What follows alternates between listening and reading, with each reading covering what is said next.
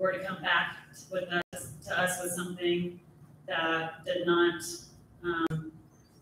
include the conversations of the community, I think that we would be failing as our role at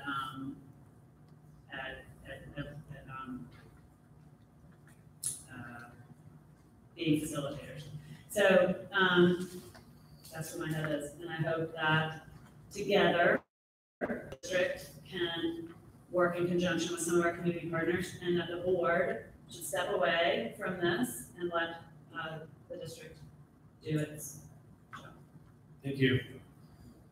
Mr. Worthy. Absolutely. Thank you very much, Mr. President. Let me say this. I think that some people misunderstood me last week when I was making some comments about this whole situation here, that I was not supporting our superintendent, Dr. Means. That was not the case. I was just making some points about what happened in a meeting on March 27th, which I would not go back and repeat that this evening. Dr. Means has put together a proposal. I have it with me this evening. I've read through it several times. I don't have a problem with that. I don't have any problem with that at all. And one of the things I'll say right up front, and then I'll be through, that when you look at it realistically, as board members, our job is to follow our role. The recommendation that the superintendent will make on this, you vote it up or you vote it down. If Dr. Means is going to make this recommendation, my hand would go up. I will stand up and raise my hand. Thank you very much. That's all I have to say about that. Thank you, Mr. Worthy. Ms. Davis, would you like to have comments? So my position is that I think that we are a lot aligned in terms of where we want to go with the bill. What I do know is that this is very different, a different experience than we've ever had. I've never been, in the 5 years that I've been here, I've never been approached by a community group or city commissioners to say, this is how we want to use your building. That's different, feels awkward. And so in other situations, we've had sit downs with everybody at the table, and we actually shared what we were talking about. We have proposals on the table where board members are participating in these proposals. That concerns me. There's a level of transparency required here, but beyond that, there's a level of integrity required as well. So my concern is that I don't want to open us up to a situation where if we get enough people together that we can push the decision, whether it's the right decision or not. And so I would hope that we would not acquiesce and vote simply because we have a lot of people here, because there are a lot of people not here as well. I think strongly that the role of the superintendent is to assess the needs of the district. I have not seen that assessment yet. For us to even talk about the vote or plan on what we're going to do with that building seems very premature to me. And in addition, I think it's very important. I think that the work of the district is to determine the best use of those facilities and to make sure that the needs of our K-12 students are met with the resources that we have. I think it would be counterproductive and almost negligent on our part to do anything other. That said, I've not seen a single initiative out of this district in the whole 5 years I've been on the board, 6 maybe, that didn't involve community input. And so to make this seem like it's a brand new thing or something that is beyond the realm of normal is troubling to me. And so with that said, I also go back to our protocol. We have a protocol that says we can and should discuss sensitive issues in executive session. And again, that keeps us within the confines of the work at hand and not make us so susceptible to the pressures of the community, because this is truly a living example of where we have bowed to community pressure to have this discussion publicly, and it is truly one that we could handle more discreetly in executive session. And all of the information that we have, we put out there, it's on the table, it's on the website, everybody has access to it. And if someone wants to know what the individual board members think, I think that's a great opportunity to engage that board member to get their position on things. Thank you. I have a few thoughts that I want to touch on, and second, what Linda said about executive session. We often talk about lots of important details, including property in executive session. The conversation today was an evolving landscape. We decided to do it here, and you saw my vote on that. It's not to say that this won't be a conversation that is had in executive session at some future point. And I think we have a lot going for us here. We've got some incredibly engaged public, passionate people who are committed to not only building community in ways like are reflected in the proposals, but also in educating our children. This week, we had another meeting, a training session around equity and discussion about how we can do better in our schools, about how we can build on the fantastic job that has been done to reach even more students and to satisfy the educational obligation that we have for more kids. That's the work that I am interested in. That's the reason that I got on the board. And I know it's the same with my colleagues. I know that if we all put a pin on a map where we want to be 5 years from now, I think it would be very, very similar across the board. We have some wonderful input, fantastic proposals. I have decided that I'm not going to vote on. I am going to abstain from voting for any of the proposals going forward. My involvement and my support of the land trust has been, an open part of my participation in the community. The good part about having a small community is that you have folks on the board engaged in lots of different directions. I don't feel this is because of I have a legal conflict of interest. This is because I want to make sure that everything is absolutely above the board and there is no suspicion of motives. Because when I sit in this seat, my interest, my 100% interest is in the best interest of our kids. I think our superintendent is in the absolute best position to take what has been proposed, to take the great suggestions and the input and the work, and to synthesize that. We can't do that as a group. That's just not how groups work. He's in the best position to be able to do that. And then just as Mr. Woody talked about, come back to the board, and the board gets to vote up or down on what he proposes. He is a man that's dedicated to our kids, dedicated to our community, and he hears loud and clear what we care about. And I want to put it directly in his hands to work out how this is a non-zero sum issue. How this is not how we choose one to the exclusion of others, but how do we build something that is historic, that is beautiful, that is significant for our community going forward. Thank you. And I would bring up the point that as I was looking at these proposals, and there are really some committed and awesome things that could happen in that facility, but I have not, and I'll speak said I mean the board has not yet received any information on what it would take to bring that facility up to par that it could be occupied. And I am also concerned about the sustainability of effort when someone, if we do share those facilities to promote programs, but we have first of all got to see a time frame for getting that building up to the standard that it could even get a CO to accommodate any programs in there. And I would like to challenge the district to work on that and see what that looks like and the time frame involved in doing that work. Thank you. Well, I came prepared to discuss the proposals themselves, and we haven't really talked about that much.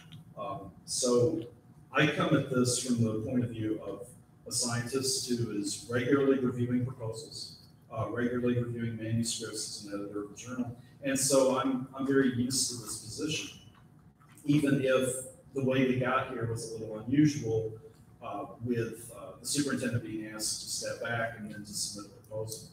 So just taking the proposals as is, I've made some notes about them, and I think that this is a great place to talk about it. I believe in sunshine, and I don't believe in the overuse of executive sessions. They can be permitted, but not necessarily used. In fact, the national trend is away from using executive sessions. If you talk to people in other states or go through training, you'll find out that executive session is supposed to be used sparingly. So anyway, proceeding to the actual proposals. The Athens Land Trust proposal was 70 pages long, 13,000 words, culmination of 5 years of work. Has a rather extensive funding plan, including commitment from the Kresge Foundation for Michigan. That foundation has a $3.6 billion endowment. They annually pay out about $125 million. So the Kresge Foundation will be in a position to really help out. That's the foundation that comes from the founder of Kmart. So when I was looking at the funding mechanisms, I thought that was very impressive. It's a grassroots effort with a lot of community input going back to 5 years ago. Probably the thing that stood out from the proposal the most was the commercial kitchen. We tend to talk about it as, quote, the garden, but this proposal is much, much deeper than that. And the commercial kitchen with a business plan and a risk analysis, the level of detail there for a proposal I thought was unusually good and addresses some issues with regard to food desert. There's a lot of community support in terms of letters of intent using the space. I think Carol just mentioned some questions that there would be about the use of the space and some of the building issues. And I think we've also heard some discussion about how this integrates between the community and the school district, because the school district may still have some needs. But I thought that this proposal had a level of detail that was commensurate with the seriousness of this issue. This has been a long-term issue. The Northeast Georgia Business Alliance proposal has 5 pages of text. It's a little over 1,000 words. And it is in conjunction with alums of the Athens High Industrial School and Bernie Harris High. And it discusses making an enhanced community space, whereas the Land Trust focused on the cultural heritage side with garden farmers markets, classrooms, and so forth. But there is some overlap, so there seems to be some ability to kind of synergize between the two. There was quite a laundry list of things listed, from enrichment programs and adult workshops to leadership opportunities to local produce, so there was some overlap there. Some of the things that seem to be a little more challenging to be able to pull off in the absence of any funding plan was a business incubator, monthly cultural festival, studio space, and most notably establishing a local Motown, where James Brown, Ray Charles, and other current musicians can be celebrated, and also a museum. So in terms of vision, it's a much, I think, less focused vision. It has some interesting attributes. I didn't see any mechanisms for actually making this happen, however. And then the CCSD proposal comes in at 5 pages of text and 862 words. It focuses on multi-purpose, multi-generational use of the property. The first goal is historic preservation. Second goal is expansion of an early learning center with 14 classrooms. Third goal, increased accessibility of community health resources. And fourth, parent resource and info center. The idea is here, the historic preservation actually focuses, I think, on moving some things out of this building and allowing the expansion of the heritage room here at H.T. Edwards with some classrooms at West Broad, which line up with the historic use of the West Broad property with an invitation to the community partnership for historic preservation. I wasn't quite sure where the classrooms would be from the diagrams. I could probably find that out. The access to the Parent Resource Center is currently at H.T. Edwards, and it's said that the access would be better at West Broad. And then they're not listed as a goal, but other district services, many of our other student services could be located at West Broad. And so it mentioned office space for directors, disciplinary center, and so forth. I think the questions I had for this, if I remember correctly, when the board did its sticky notes and ordering of things, historic preservation was not the first goal. It was a goal, but not the first goal. And so I felt like the goals were not quite aligned with where the board had come out of that meeting. Again, I had a few questions about the use of space and then the use of the West Broad for offices, which is a kind of a historic discussion about whether we would turn all of that property into office space. I admit to being somewhat dubious about office space just because I feel like property, if we can use it for students and community, that I prefer that over office space personally.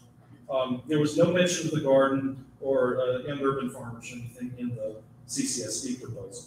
So just going back and summarizing, we had 3 proposals on the table, and I came prepared to discuss the proposals, not so much other things that have come up. And we had one 70-page proposal and 2 7-page proposals. I had hesitation at the May 17th meeting about simply putting those 3 together because they are not on the same level of detail, not on the same level of research, not on the same level of anticipation of problems such as risk analyses and what happens if something goes wrong if we don't make this much money. The Athens Land Trust proposal did have that level. I didn't see that level in the other proposals. So in summary, that's what I came to discuss and ask questions about. I hope that's illuminating for people that may not have had time to go through all 3 proposals in some detail. And hopefully that illustrates both strengths and weaknesses of each proposal. That's how I come out as a scientist to evaluate proposals. It's not about one's personal preferences. It's about just looking at what you got objectively and trying to go forward in the best way possible for everybody. Thank you. The next item on our agenda is we want to, we have action items. The first action item is to approve the implementation of Avid at 18 CCSD schools. Dr. Means. Thank you, Mr. Bybee. In April of this calendar year, there was a presentation provided to the Board of Education regarding the implementation of ADDIC, which stands for Advancement via Individual Determination. We have a total of 18 schools in our school system who have selected and chosen to be part of that process. And instead of going over the presentation again, it is our recommendation this evening that the board approve the use of funds. The funds are title funds, but approve the use of title funds to move forward with the implementation of ADDIC at the 18 schools in our district. Thank you. Your motion, please. I move that we move forward with the implementation of ADDIC at 18 of our CCSD schools. Thank you, Ms. Davis. Second that motion. Second by Mr. Worthy. Thank you very much. Any questions, comments around this agenda item? Yeah, I have a few questions. According to what I understand, Dr. Means, we have a large one-time expense the first year for the Summer Institute. Is that right? Yes, sir. And there was a disadvantage listed in the packet of that it's a costly because there's an ongoing commitment to send all teachers to the Athens Summer Institute. And so I'm just trying to figure that out because are we going to continue to send people or are we going to bring it in to? I believe that the executive summary stated that in the first year, we are mandated to send our teachers to Summer Institute. In subsequent years, we have the ability to bring professional developers to Clark County, which will significantly bring down the costs. But we don't have to. We don't have to. We can continue to send teachers to Summer Institute beyond the first year, but it's mandated the first year to send teachers to Summer Institute for the first year. And I think that's the reason why the cost is as high as it is. I believe, and I listed that as a disadvantage, just to be transparent. On the flip side, I think it's an advantage because I think it demonstrates that there's a lot of excitement in teachers who want to participate in the training and receive a training in the front end. And how many teachers are going? It's over 200. Over teachers. Yes. And just to add, what part of this that I'm really excited about is again, in our discussion of how to build a system of schools that provides the opportunities that we're asking for. We need to be able to speak the same language. We need to have things across different schools, and I think this is a step in the right direction, getting us there. I would like to ask one more question. Is there, I was looking through the evidence, the academic foundation piece. Is there any evidence that this is effective at the elementary level? Because I know it started at the high school level. Actually, the research isn't as strong right now with school-wide Avid at the elementary school level because it's a fairly new component to Avid's system.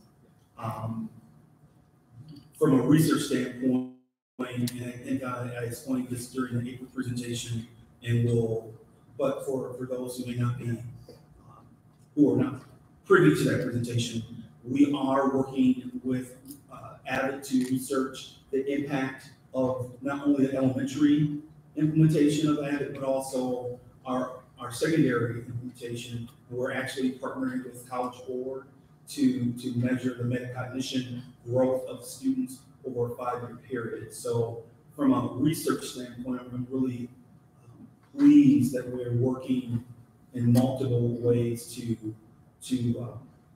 be part of measuring the impact of this implementation. And the fact that we have an opportunity to partner with College Board is, I believe, beneficial to our students and will give us good data. Has anybody looked at it at the elementary level? No one has. No one. And so the fact that post our meeting in April, I indicated to Evan that we were interested in being in that space of measuring the impact of elementary Avid school-wide. And they were excited to partner with us and from that research perspective because they also acknowledge that it's a space that they can grow in. So we be first. Yes, sir. Is there a sense, I mean, it's exciting that we'd be able to participate in the research. Is there a sense of when we start to hear data back about how well it's going? I would hope as soon as May of 2019. And again, but keep in mind that College Board work is going to be a 5-year study. And to give it some time in terms of the study and making sure that it's a good study. Yeah, it's a good study and it's gaining the type of ground we want. I think it's really critical. Thank you. There's always a concern when our kids are getting picked, I guess, right? What I would say. I'm not necessarily opposed to innovation and being on the front lines, but what does that look like as far as additional testing or additional, how would that be different than anything? How's that going to change their testing regimen? Are we going to use our children to provide the data and in what way? It'll be multifaceted. It's not only providing some level of surveys to our students in terms of how they feel their classroom rigor has increased, but it's also engaging our staff and feeling how prepared they are to provide an asset-based, rigorous instructional platform. So I think it's multifaceted. It's just not our students who are going to be surveyed and tested. It's also getting feedback from our staff. I think I shared in April, the component that I'm most excited about Avid is it's a true investment in staff. It's a true investment in teachers and giving them high-level professional development. We talked about Summer Institute before. Summer Institute is an amazing professional development opportunity. I believe in April you saw a video where teachers were speaking about Summer Institute. And the reason why it's mandated in the first year is because Avid, as a nonprofit organization, believes that you are not getting the true essence of the system unless you are there. And they would make the argument that, yes, you can bring in professional developers to provide that training to your staff once you're past the first year, but it's never really the same. And so I appreciate Ms. Davis's statement of we're not bound to bring professional developers in post the first year. But to go back to your original question, I think it's going to be multifaceted. It'll be obviously engaging our students, but also our staff. I apologize, this didn't occur to me until just make a statement about professional development. And I'm thinking about a partnership with the GA. Are they engaged with us on this? I think for the first year, we want to get this off the ground. Right. We want to get moving in this direction. I believe that there's a lot of synergy with GA right now. I think I've shared with the board, but I'm working, and Mr. Harris, our executive director of secondary education. The two of us are working closely with the president's office and Fanning to put together some type of student leadership program where we identify youth and really try to stretch their academic growth. Not necessarily with the idea that they're going to become UGA students, but that's a goal. If it's it's a goal in the back of our minds, but it's not the main objective, right? And so we know that there's opportunity to partner and use some of the added strategies in that program. But we also understand that with our professional development school district, there will be leverage going into the 1920 school year for us to go to UGA and to say, help us research if this is making the right gains. And but we want to at least establish this first, right? We want to implement it and move forward. And I think there's a lot of opportunity for us to partner moving forward. Thank you. If I could just add a little bit of research that was done actually in Madison, Wisconsin, at some of the high schools there. After 3 years of AVID, basically it turned what we would call C+ students into B- students after about 3 years in terms of GPA. And there were significant results at the 90% level.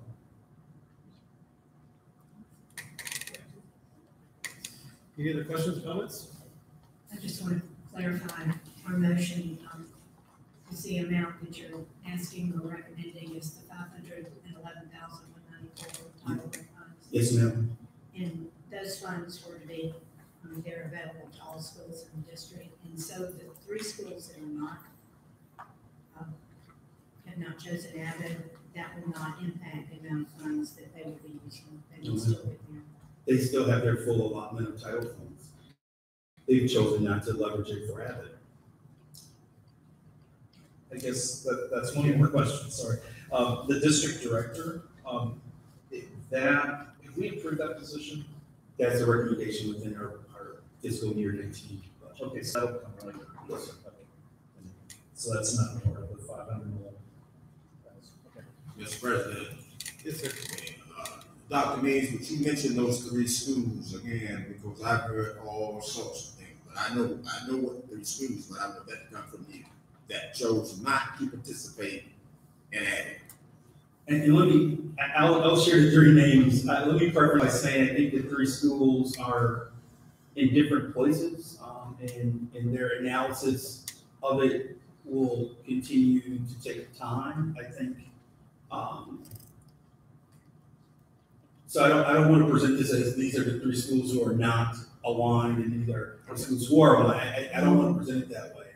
I think those schools just needed more time to digest what this was about and what it meant for their individual school community. So the 3 schools, and in fact, with the first school I'm going to mention, they were initially engaged and ready to move forward. I think just due to leadership changes and sometimes complications with payment for travel, they chose to sit this year out as Chase Street Elementary School.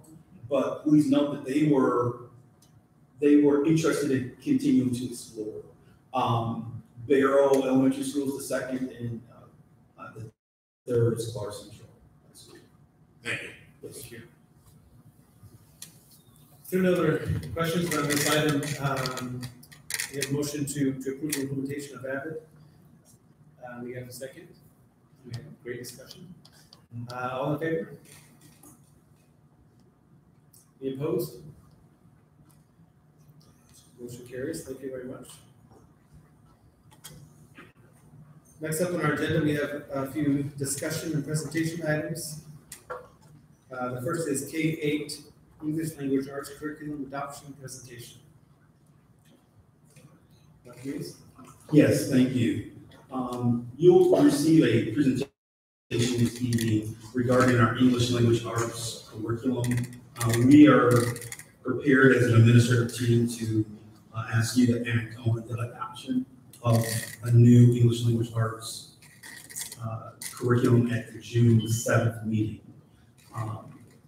One of the most prevalent questions that was posed to me during my first 6 weeks to 6 months in the school district was, what are we going to do with our English language arts curriculum?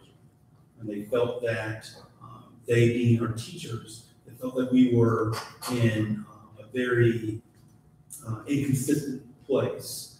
In the executive summary, we lay out how inconsistent it actually has been. In our 18 elementary and middle schools, we have 8 different reading programs. In our 14 elementary schools, there are 8 different writing programs. In our 18 elementary and middle schools, there are 6 different writing assessments. In all of our in our 18 elementary and middle schools, there are 13 different reading assessments. So what that means is that if you go to one elementary school, the teachers are going to assess you using a certain tool. On the other side of town, the same hardworking teachers are using a different assessment tool to determine if you are making progress or not in the area of reading, which I believe is a gatekeeper skill that all students have to have if they're going to be successful. And so there's a high level of inconsistency in the design of our English language arts curriculum. And it makes it difficult for us to make an educated and professional determination if students are moving in the right direction or not. And what I believe to be, and what research shows, is the most important skill that a young person needs to have leaving our schools. And so teachers across our district came together to look at our program and to recommend what we could do better moving forward for our students. Dr. Nolan in this plan, Dr. Nolan is our Executive Director of Elementary Education. Carlin Bland is our Curriculum Coordinator for English Language Arts. They've come together to provide you a presentation. I just want to front load a few other things and I'll pass it on to them. Number one, you will see that whatever decision that we're recommending to you this evening is based on 11 essentials that are research-based. We worked with the University of Georgia to find those 11 elements of research that grounds this work, and that was the criteria, if you will, that we used to make selections. The other component that I would share with you is that we had a great level of engagement and involvement from teachers and teacher leaders in this district to give us insight and feedback on what direction we should go. And then finally, a few months ago, we had a community member come to this board and share concern about the type of materials that were being used in the area of English language arts instruction. What this adoption does is it provides a literacy-rich environment for every classroom, regardless of the school or the classroom that the child is in. It creates a literacy-rich classroom for every child in our school system. And so the price tag for this curriculum may be something that we should discuss. The first year of this 2-year adoption, the price tag is $1,654,000.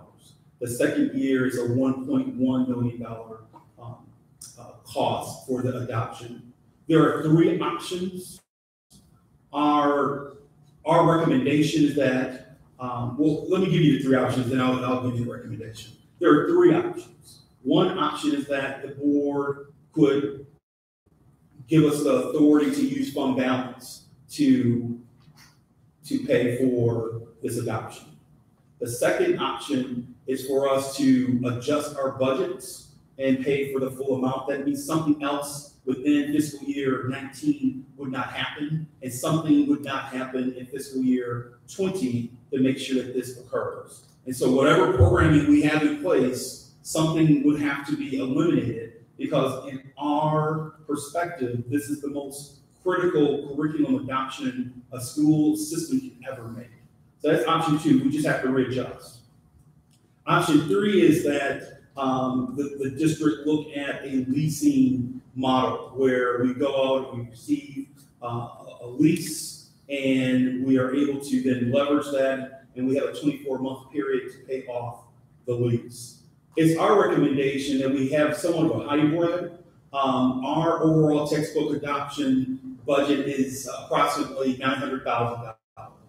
We're prepared to invest $500,000 in fiscal year 18, this school year. We're prepared to invest an additional $500,000 in fiscal year 19. And so our recommendation was that that's the $1 million out of the $2.75 million that this full adoption would be costing the district. We are then recommending that we go out and get a lease for the remaining dollar amount. Again, that's our recommendation, but there are many options. There are different ways that we can get there and make this happen. I would be remiss if I did not share with you that we believe that this is imperative, that we correct some of the things that I just shared with you in terms of the inconsistency around the most important topic that you can teach young people, and that is how to read. And so with that in mind, I'll pivot and give the floor to Dr. Nolan and Ms. Glenn. So, good evening.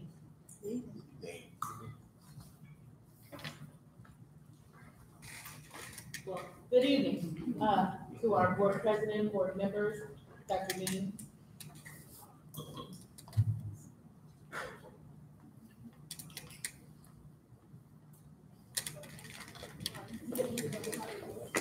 Yes.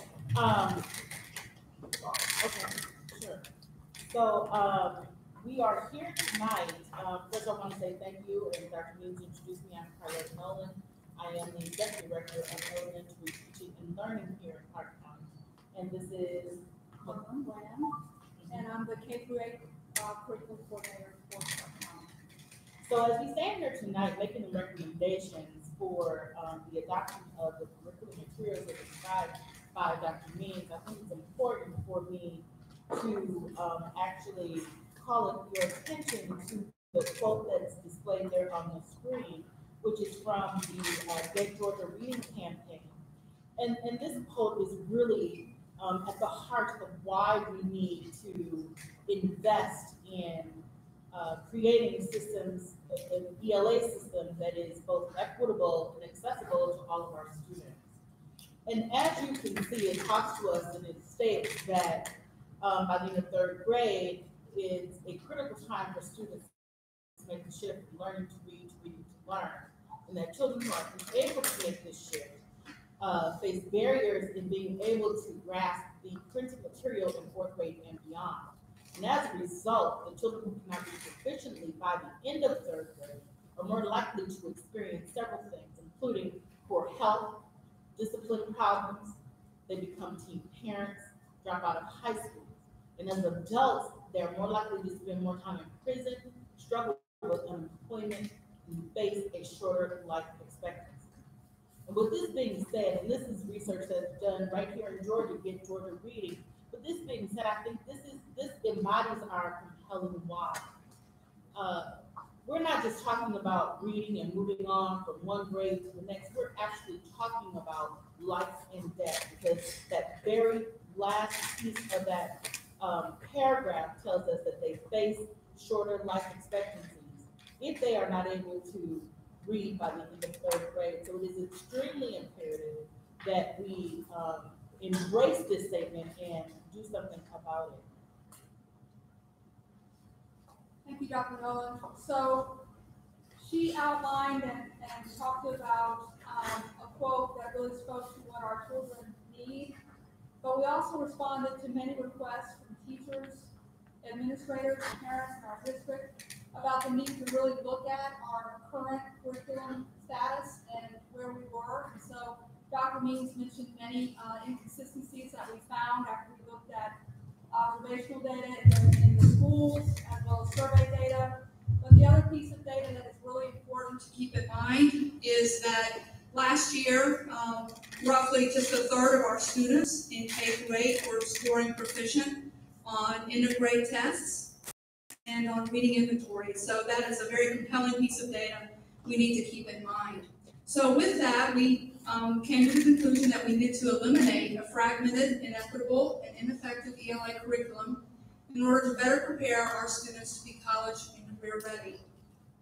And we decided to convene a task force of 23 members, principals, instructional coaches, and teachers, teacher leaders from our schools, and to look into these issues in a deeper way, and to come together 5 times this past year. And we have tonight, these are the list of our task force members. We have 2 of them tonight who are here, and I would like them to stand and be recognized.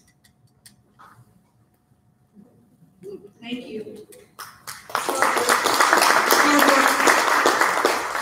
So with our process, we convene 5 times, as I said, and we use a situational analysis to identify and clarify issues around the data that we were looking at. And then we use a decision analysis to determine our current CCSD program and how effective it was for college and career ready. We determined our 11 essentials, as Dr. Means said before, and this is the underpinning, the foundational piece of a comprehensive and balanced literacy program. And it really speaks to our systems thinking in terms of an entire system being at one, if you will, with our curriculum, instruction, and assessment. So these 11 essentials, they're in your executive summary. The research is there to support these 11 essentials, and we're just going to highlight just 3 of them to be really the musts, as we say, when we conduct these analyses. And the first one is visible learning progressions that include teaching with all 5 pillars of reading, phonemic awareness, phonics, fluency, vocabulary, and comprehension.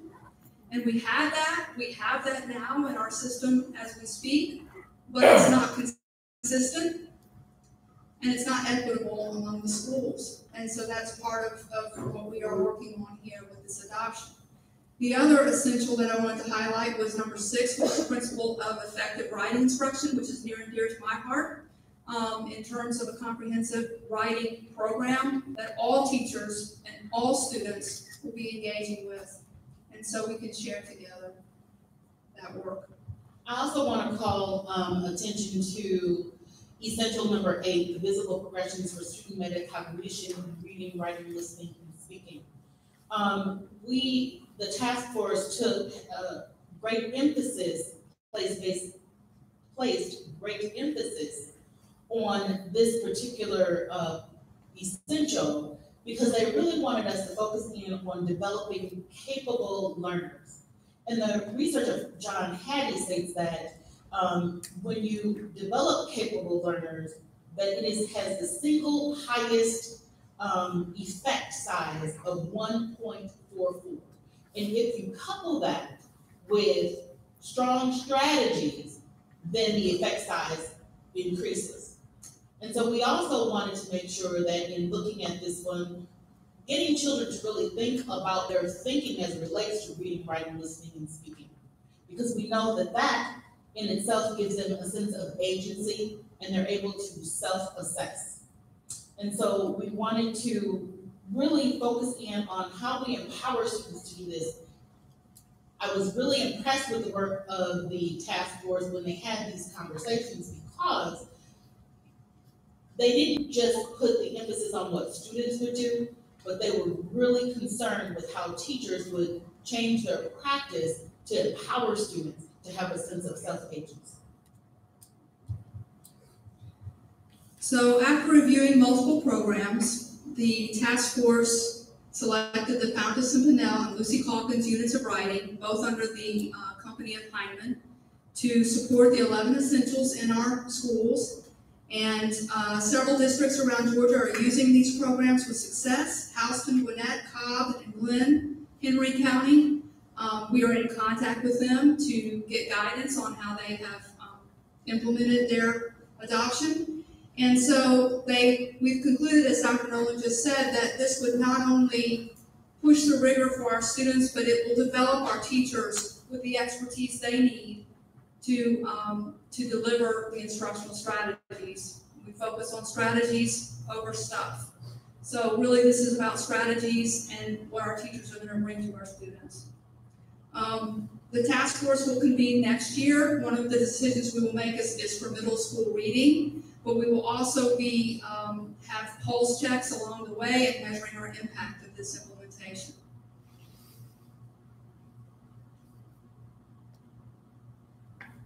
I think it also bears noting that our school principals, along with the teachers and our coaches, have shared a great deal of enthusiasm about the prospect of us getting a new set of curricular resources. They are really excited. We have people all the time saying, hey, when can we get our hands on this? We're ready to dig in. And so I know that it seems at first glance that this is a hefty cost, but when you think about ensuring that all of our students have the equity, that there is equity, and that our students have access to a rigorous curriculum and curricular resources, this is a small amount to pay. I think that when we begin to think about the fragmented system that we currently have, we have to do something differently. When we look at the data screams to us that something has to change. And in order to change, we must change. And so tonight, we really recommend to the board that we adopt the Pharmacy Pinnell classroom, along with the K-8 units of writing for Lucy Hawkins, to be implemented to ensure that we have a comprehensive K-8 literacy assessment and curricular instructional system. Thank you. Thank you.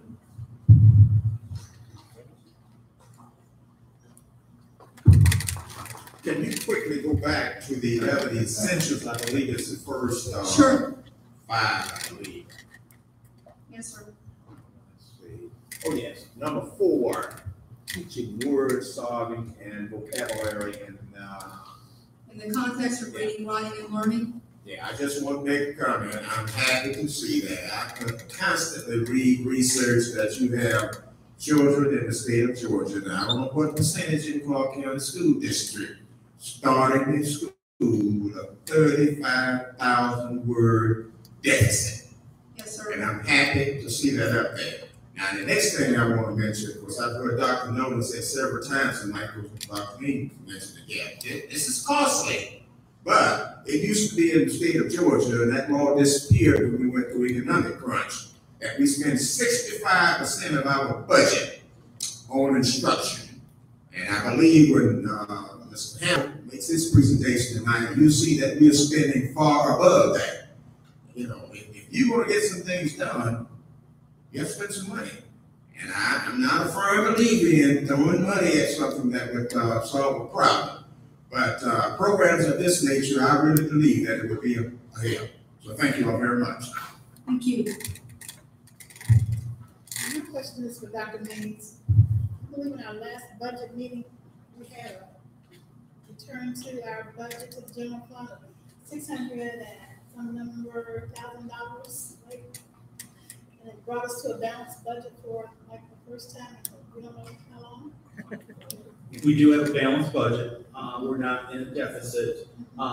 Due to the austerity cut being restored, we had an extra $1.3 million restored to the district, of which we put staff members back in classrooms. We reduced class size. Okay. Yes, It's all ma'am. gone? It is. All right, I have a solution for you, it's gone. I have a question. So this, help me understand, this $2.7 million, the investment we're talking about here, what is it replacing that's currently part of our system? It's currently replacing our current ELA resources, which are varied among the schools. And so one of the ways this is different is that all schools will have the same resources. Right now, we have 13 different reading assessments, as Dr. Dean said, in our 18 schools, elementary and middle. We have 8 different writing programs. We have teachers getting different professional learning over here, and teachers getting different professional learning over here. And it causes great inconsistency and inequity. And so that's what it's changing, is having this comprehensive approach. If I may, Sure. I think this is not trying to make all of our schools the same. It's about supporting our schools in a better way. We're unable as a district office to support our 18 elementary and middle schools if there are 8 different assessments and numerous and various reading programs being used across the system. We're able to bring in alignment stronger professional learning for staff if we are all using the same tools. And so from a professional standpoint, that's why we wanted to be sure that there was teacher voice part of the process in determining what we're using. It's interesting to know that some of our schools have already been using these tools. And so for some schools, it won't be a stretch for them at all. But I think the most important thing that I would want to leave with the board and the listening audience through our YouTube, our CCSD YouTube channel, in the audience here is that it supports children better. We can't say on one hand, we know that we have transient students and that students move across the county. And then on the flip side, know that we have very English language arts tools that we're using for said students. If we know that we have transient students and that's an issue for our kids, then we owe it to them to ensure that they have the same instructional platform regardless of what school they go to. So it's an issue. It's not only it's for the kids at the core. I know that's a trite statement that some people will throw out, but it is for kids and it's also for families. Because if you're a mom and your child went to one school for first semester conferences, you go to second semester conferences, and the school's using a totally different platform and assessment tool, it's hard for you to kind of figure out where your child's growing or where they're not growing.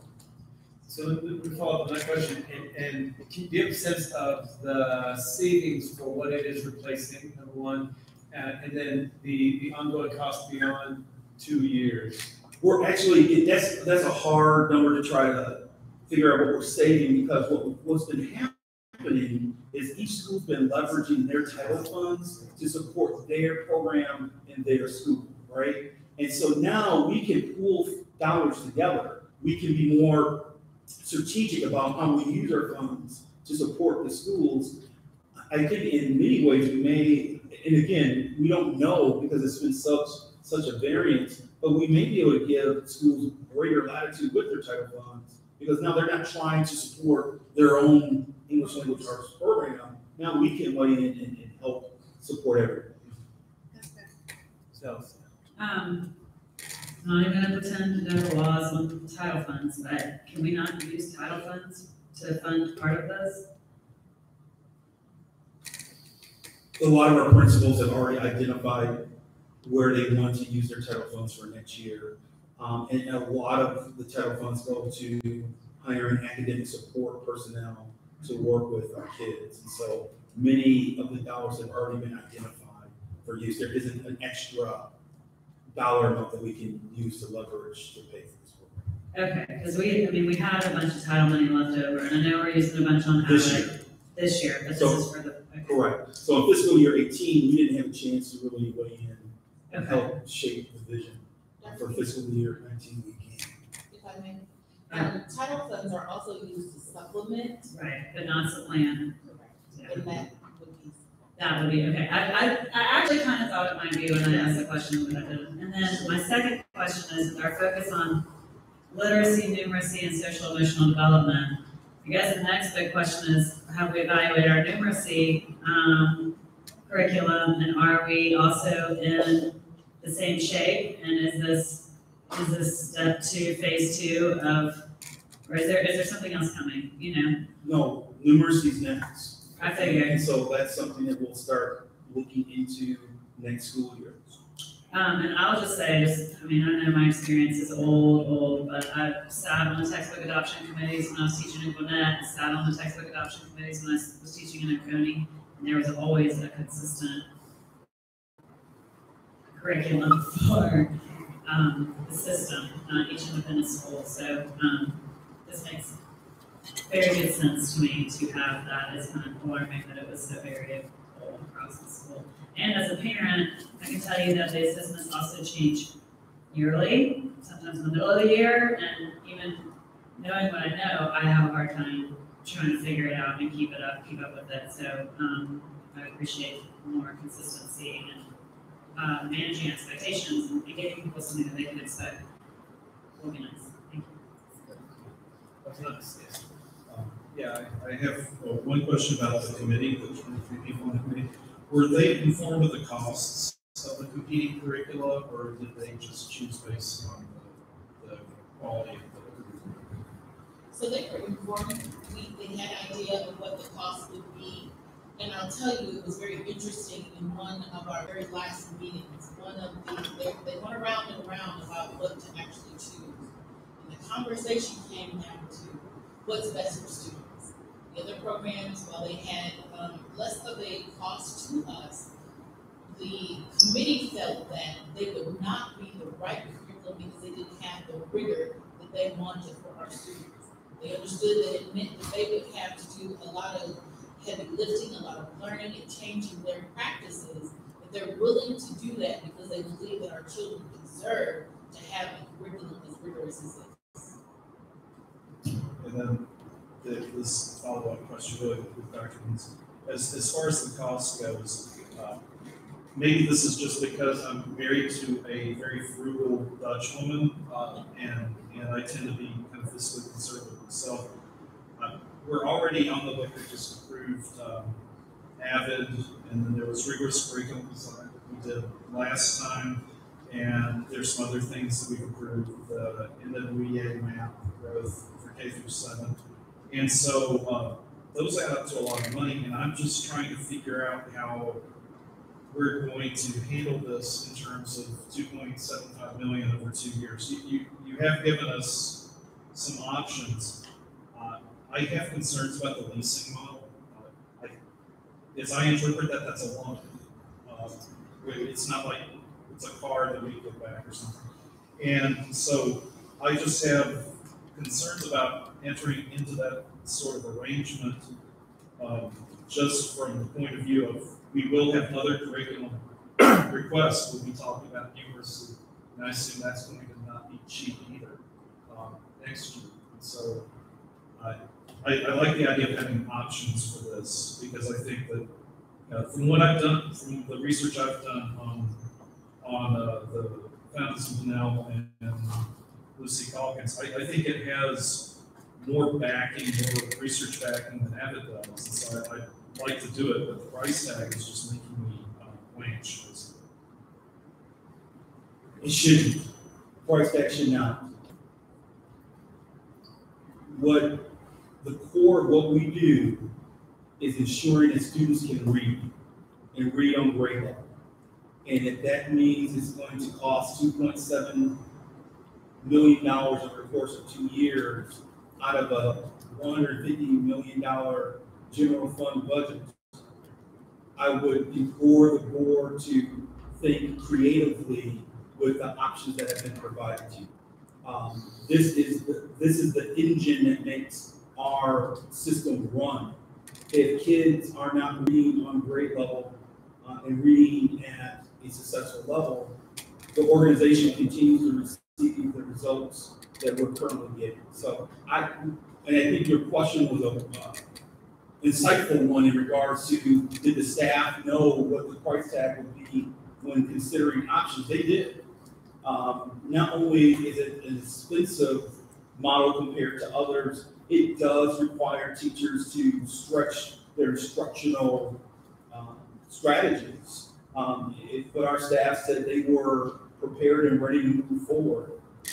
So I understand the cost. That's why we're giving you options. But we would prefer to go back to the budget and reduce in other areas before not moving forward with this recommendation that will come before you in June 7th.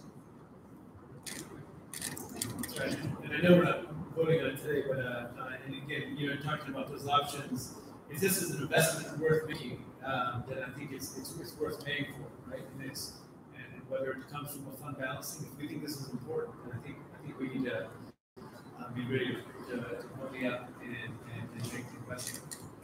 Whether fund balancing. I guess what I would say, what price are we paying now for having an inconsistent program? That's right. And so we can, I think it's prudent and it's appropriate for the board to say, boy, this is a price tag. We've also had that consideration and thought.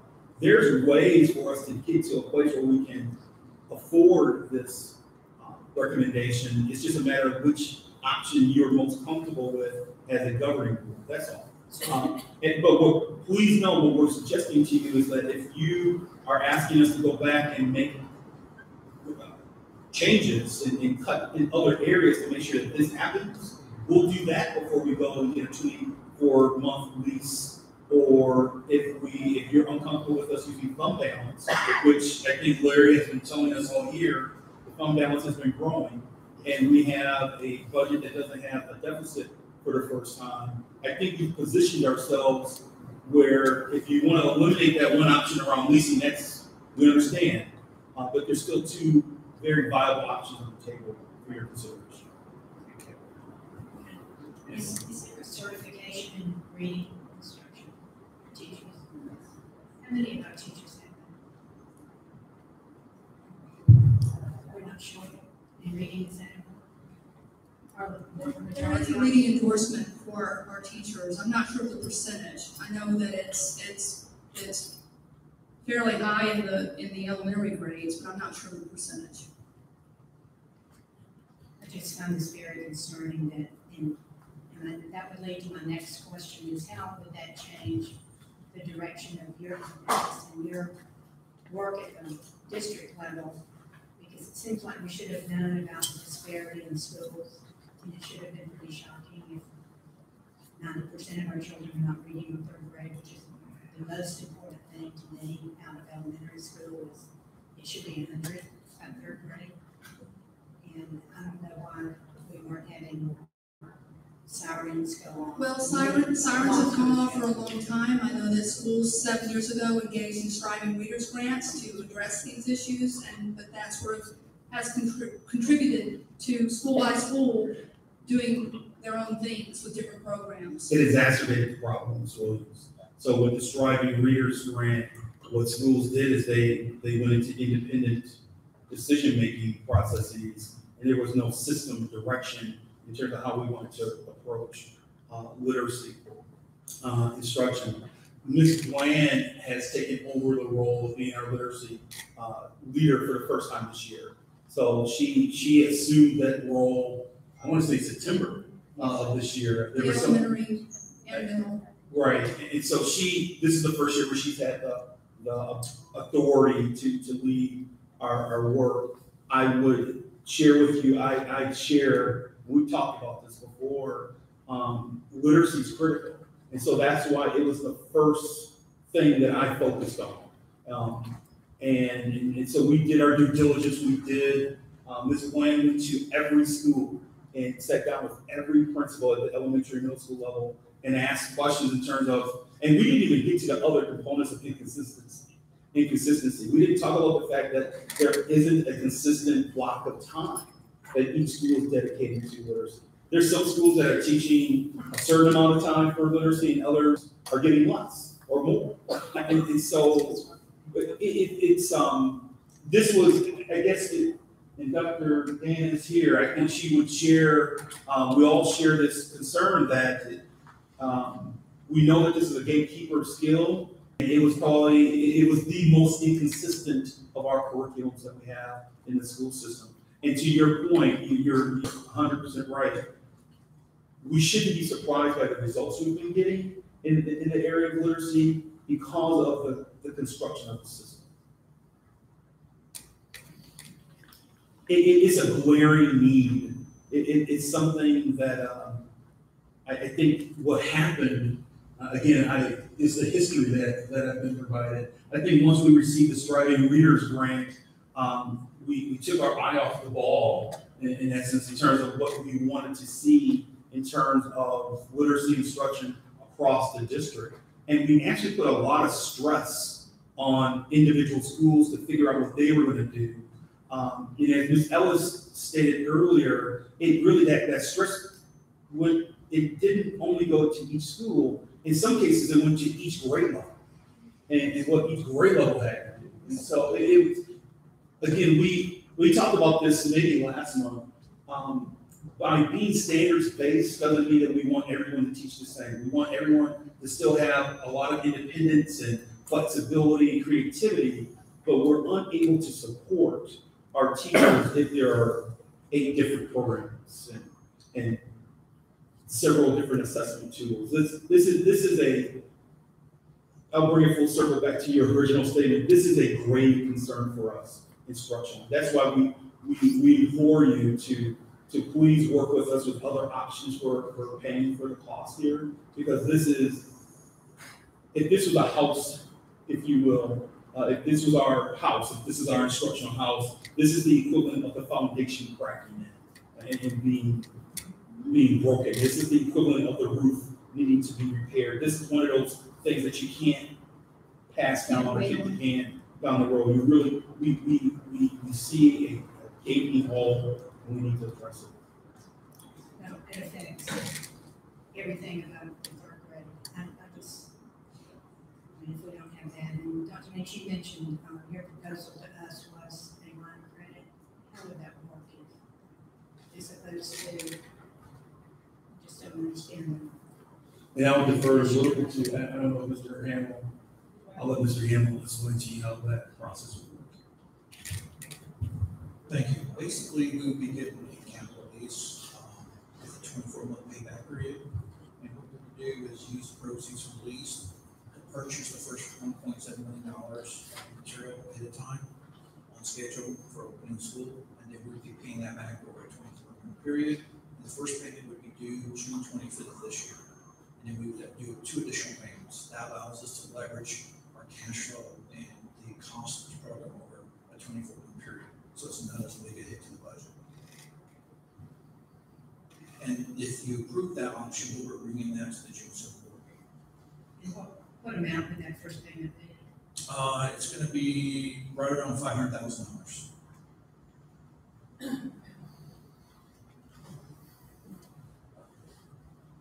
But you will outline, if you bring that to us, some of the selections that we can make on that. Yes, as to ma'am. what that would cost. Yeah, I'll have the exact amortization schedule available if you make that option. And I think what I'm hearing is that some other, and something like we've heard as well, interest in all, not committing to one option that we're paying for this right now. Well, I can make a comment back to Dr. Mee's comment about fund balance. Currently, the way things are looking, fund balance will fall between 18 and 19% of the current budget we get reapproved for $150 million. If we use $2.7 million, that will only bring your fund balance down to 16.2%, which is still a great fund balance to have with a $150 million budget.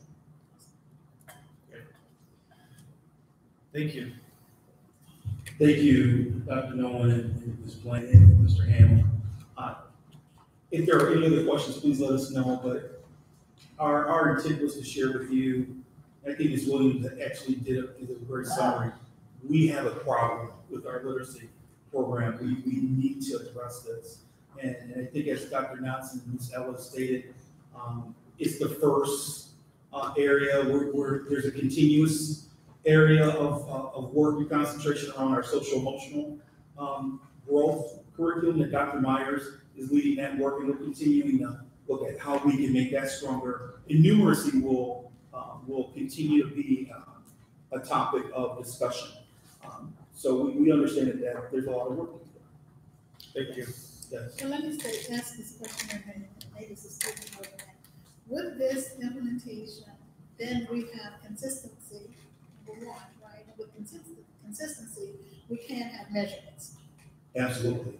And we can baseline ourselves, and we can set our own standards for performance and achievement here, so that we're moving toward the place where we're not relying on state testing to tell us where we are with our implementation of reading So hopefully you're seeing a system come together now, right? So if we are now developing SMART goals that are based in assessments like math, NWEA math, it's based in assessments that come out of the Fontes of Vanell Lucy Hawkins curriculum. If you approved last month the creation of standard-based assessments that teachers in the district are creating, now there's true measurement of growth. See, we didn't have an infrastructure, and I shared this with the board throughout the school year. We never had an infrastructure to allow us to have the type of conversations the board and the community is very interested in having about the academic growth of children. We were limited to the Georgia milestones. And so that's where we get into this very awkward, inappropriate conversation around proficiency or bust. It's not about proficiency. It should be about watching where the growth of students are, hoping that eventually one of the main objectives is to get to proficiency on milestones, but we should be able to measure where students are growing throughout the school year through other assessment tools. But we didn't have that. Our infrastructure was barren. And maybe at some point in the history of the district, it was more robust. It isn't right now. And so we appreciate you, and I know you've been approving things and you've been receiving proposals, and you've been receiving proposals from us to implement new things. You're receiving those recommendations because we didn't have anything in place. We were truly rudderless. We didn't have a true pathway. And I guess the last thing I would share with you, since you've given me the opportunity, is to say that we're unable to talk about equity and social justice in a real meaningful way if you don't have an infrastructure to talk about how students are growing in the first place. And so by creating the infrastructure, now we can dig deeper and have more meaningful conversations of, okay, based on the growth of students, where do we need to provide more assistance? And now, and I guess the other exciting thing about this is that now since other assessments and measurements instead of just the milestones, now we can truly talk about asset-based visions of students versus deficit-based. By having no infrastructure whatsoever, we were forced to have a deficit-based conversation around here are the kids who made it, and here are the kids who didn't make it. Now we can have conversations about growth and what kids are growing and how can we support those kids and teachers to make sure that the growth is happening. Thank you. Thank you. The next item on our discussion item is Clark County School District Fiscal Year 2019 budget discussion with the Board of Education. Dr. Means? Thank you.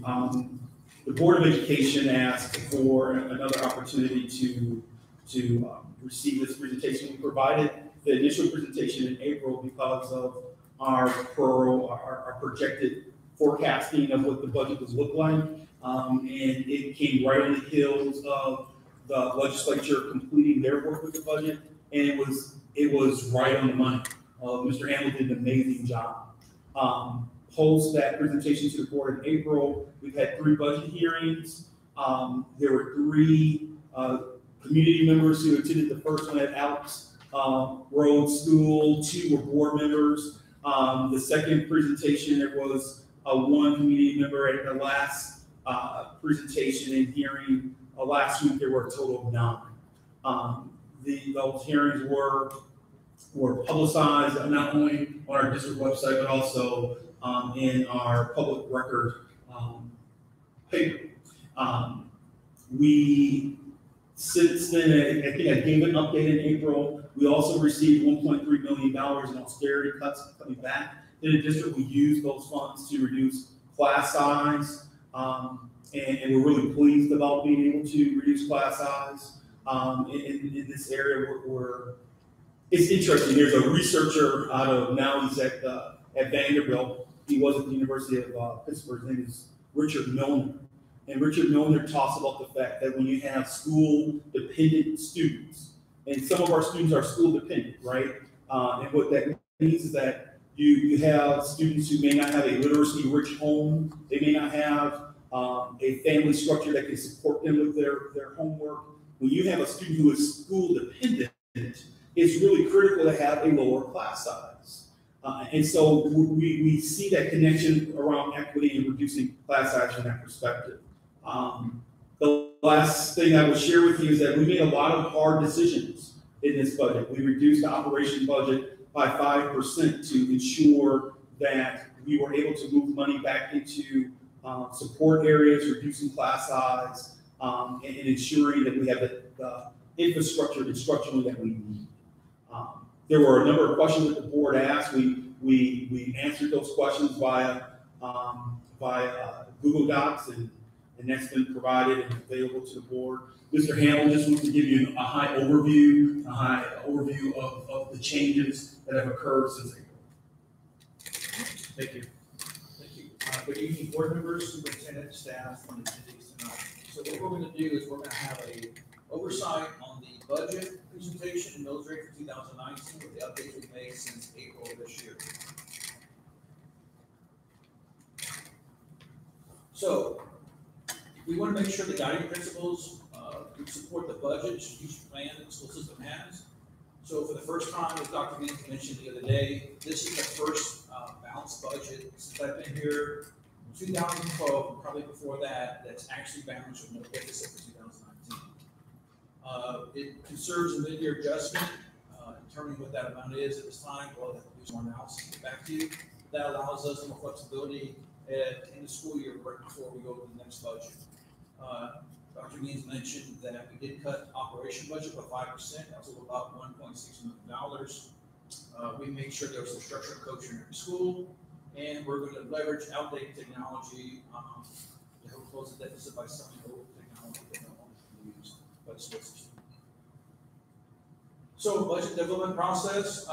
So when Dr. Means got here, his thought process is that the budget is a year-long process. In the past, we really didn't start this process in January. We started this process end of October. Give the guidelines on what we needed to do. We did it. So this process has been going on since October.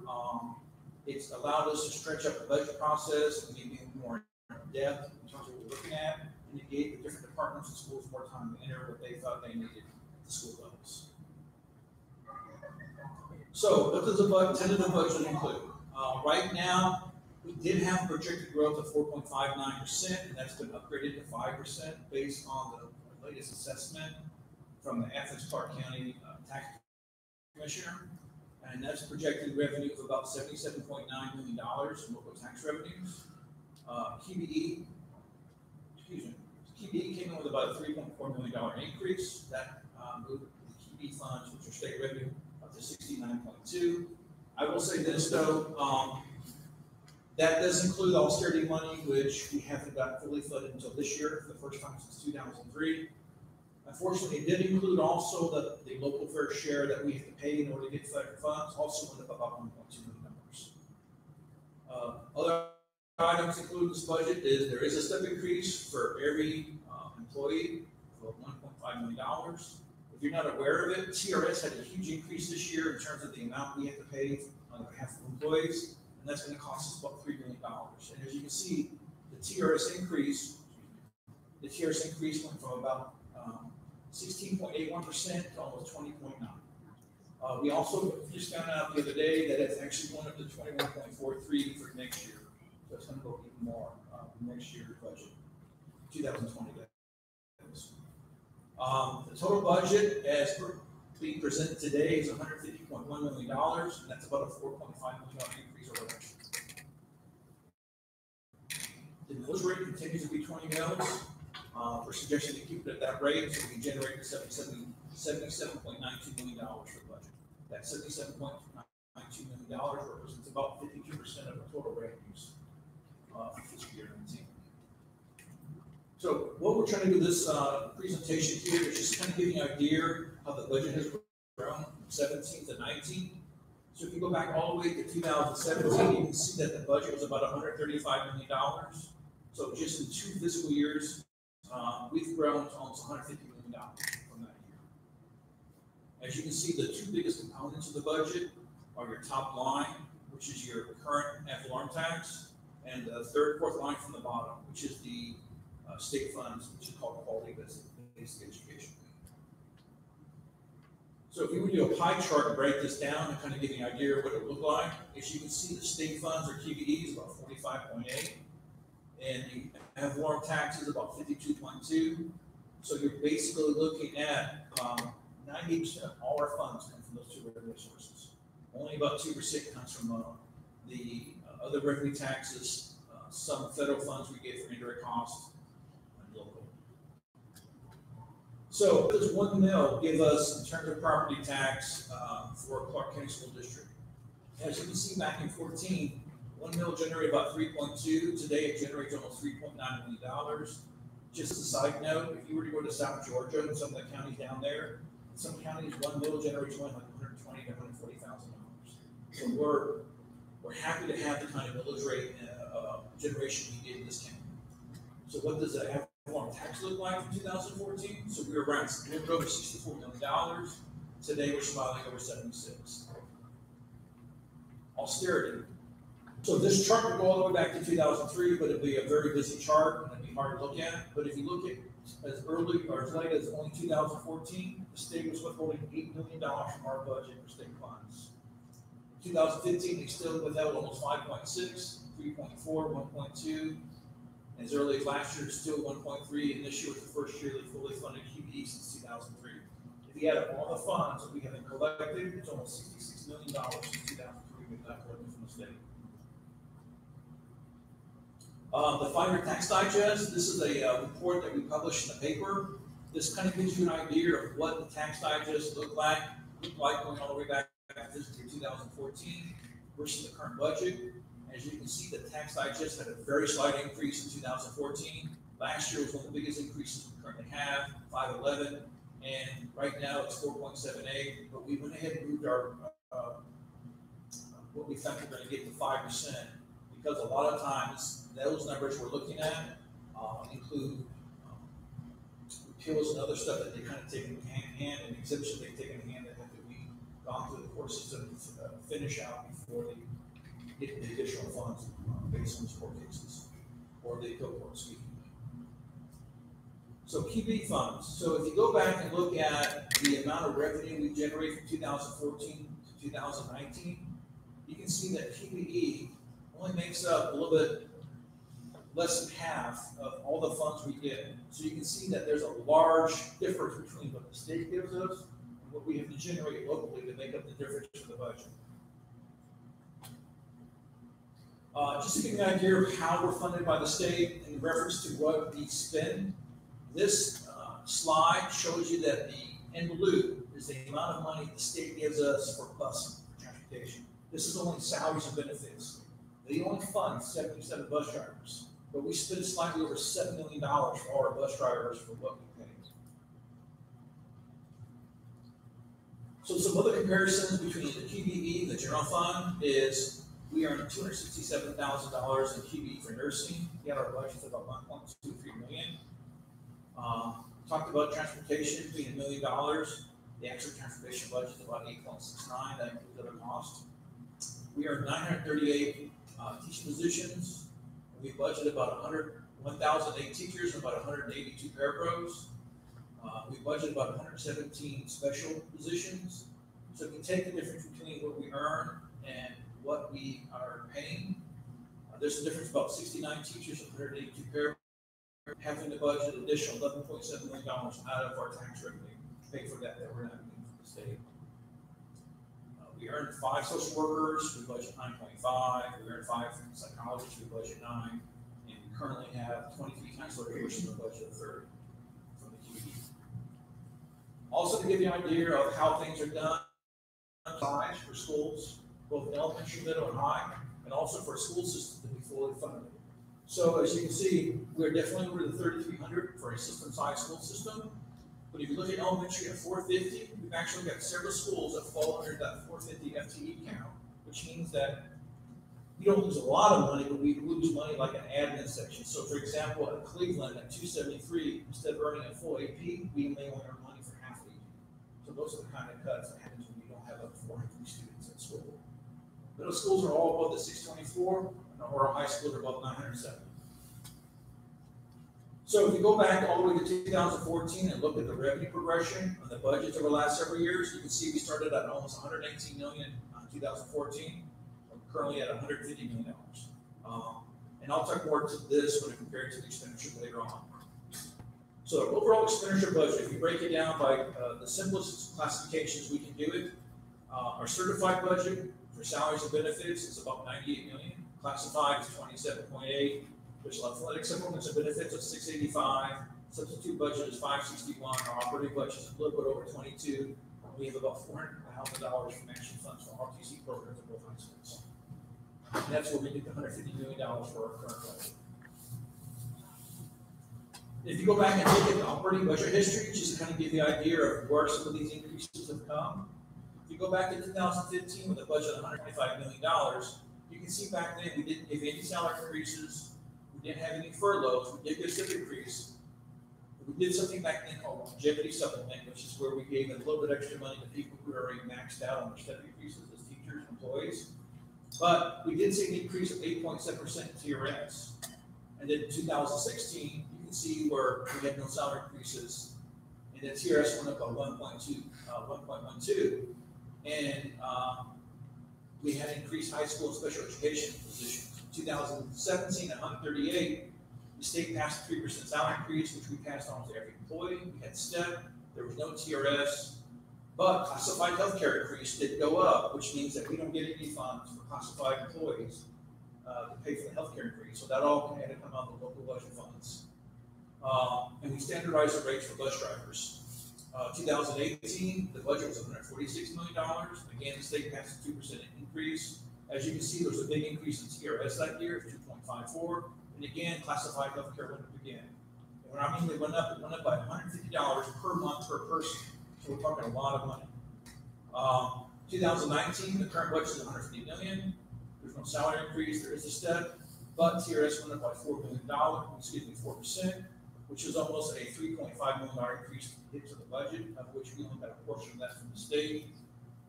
So the story we're trying to tell here is if it hadn't been for a lot of these unfunded mandates coming from the state, the budget would be smaller today, and we had more money to spend in the classrooms. So let's look at the expenditures from 2017 to 2019. As you can see, the budget in 2017 was about $139.5 million, and today we're looking at 50.1. And you can see the progression in the different categories, like construction. It's gone from almost 90.9 to 100.6 million. So, slightly less than, right around 9 million, slightly less than $9 million. You can see that we're putting a lot of the money that we do generate back into the area of construction. So how does that look in a pie chart? So let's look at that. So if you were to take all the areas that support instruction, and that's instruction, pupil services, instructional services, media, other sport, and other outlay, that's almost $111.5 million. And if you look on the pie chart, we're paying about 74% of our budget at the school level, instructional level, support level for all our students. Maintenance operation is about 10% at 15.2. Transportation is about 6%. At 8.8, school admin is about $9 million, and that comes up to about 6%.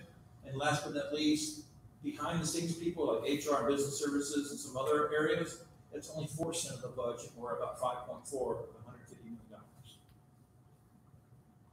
So let's look at the expenditures. So going back to 2014, our budget was about $120.3 million, and today you can see it's grown to $150.1. And there again, a lot of that increase is either with salary increases, classified health increases, or TRS increases. So if we compare the revenue to the expenditures, you can see how we were deficit budgeting all the way back to 2014, 15, 16, 17, 18, and this year will be the first year we've ever balanced our budget. So one of the things people ask us is how we get, what are our federal funds and how are they spent? So because the way the federal funds overlap the state differently, in other words, we're currently in the 18 federal fund budget period, but it doesn't end until the end of September, and it starts over again in October. So because of that lap, we had to go all the way back to 17 to pull actual data, because 18 is not done yet for federal year. So we went and pulled 17 data. You can see that that we spent almost $22.6 million in federal funds. And these are all reimbursement funds, which means whatever we spent, we got reimbursed by these different funds for the amount we spent. And one of the big things you'll notice is Title I is almost $6 million.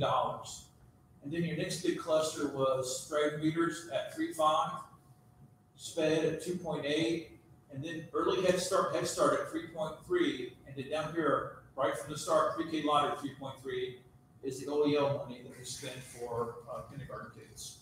So that all goes together, pre-K kids, that all goes together, and that's almost $7 million. And then there's some smaller funds throughout here that you can read for yourself and see what they are. Now, what does that mean for us? Well, that means for CCSD, we get about 20% of other funds outside the general fund through state grants. And we get about 73% we have about 27% of the money we get from the state and federal government goes towards employees of 74 positions. Apologize, the next slide is what I was going to talk about. And then 73% of the federal funds provide us about 198 positions that are federal or state funded. So if we didn't have this money, we wouldn't have those positions. Of the expenditures, we have $4.1 million coming from the state, which represents about 18% of all the funds we get outside of general fund. And then federal funds are about 82 or 18.53. So what does that mean? So if we take the federal funds, state funds, and general fund and we add them together, in reality, what you're really looking at is a budget of almost $173 million. Now, granted, we're using 17 numbers, so the state and federal numbers might be a little different once we close out 18, but in general, the numbers stay pretty close to those amounts that we spend year to year. So what that means is if you take 172, you can see we make about 87% of our funds are out of general fund, 11 are federal, and 2% are state. This does not take into consideration capital SPOS funds for capital projects or any debt service we pay for debt service to manage any of the debt service that we issue on behalf of capital projects. That's a whole separate item. That is projected at, John, 110 million for 5 years? Yeah, $110 million for a SPOS 5 over 5 years. So where does that put us fund balance wise? So if you go back to 2014, you can see we were just at $25 million. And we slightly raised 15. You can see the big jump from 15 to 16, that's when we sold Metro Bridge Road. And then we actually decreased in 17 because we actually had a deficit come in that was projected, and it did come in slightly less. It came in less than what we thought, but it did come as a deficit. And then we slightly increased again in 18 based on current projections and the cash flow analysis where we might end up. We're about $600,000 in the good surplus versus where we were without the deficit. And then if the budget holds steady, there's a possibility it stays right at 18 numbers or maybe slightly increases to 19. It depends on exactly how the budget for 19 holds out.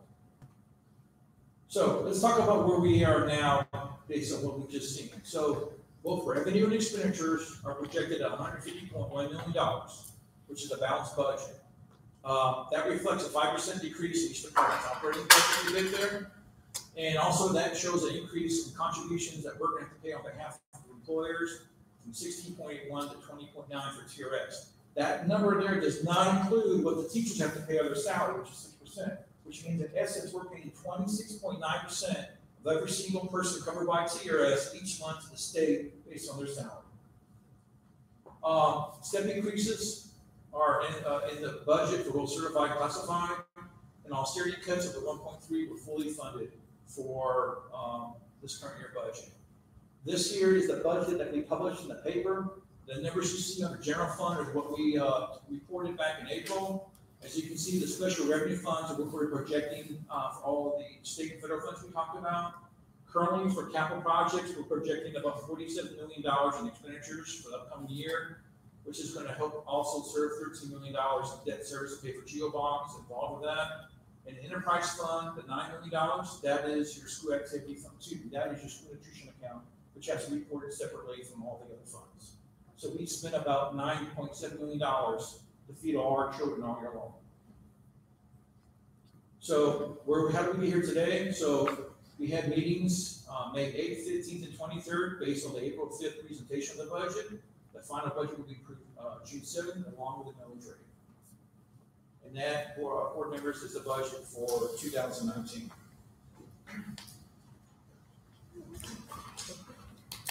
Thank you for that presentation and all the work for many, many months and going into it.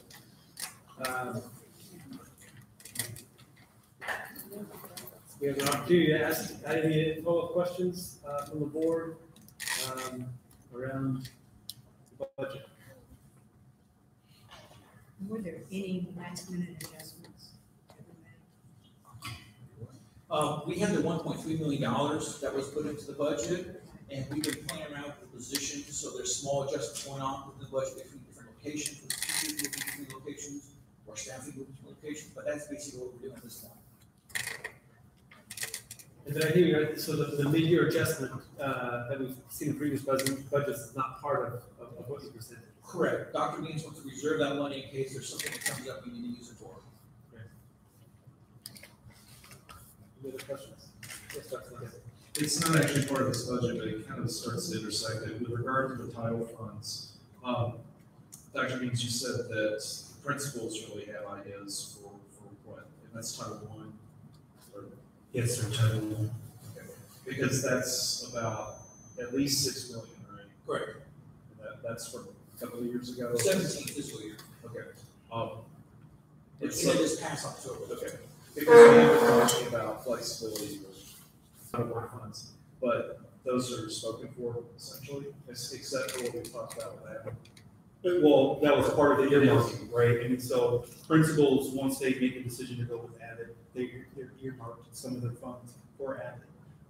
Principals have met on a preliminary basis with either Dr. Nolan or Mr. Harris and Aaron Buckley, who is the person in charge of our title funds, to determine what their preliminary plan would be for fiscal year 19 of title funds. Thank you. Any other questions or comments around the budget? Very informative. Thank you so much.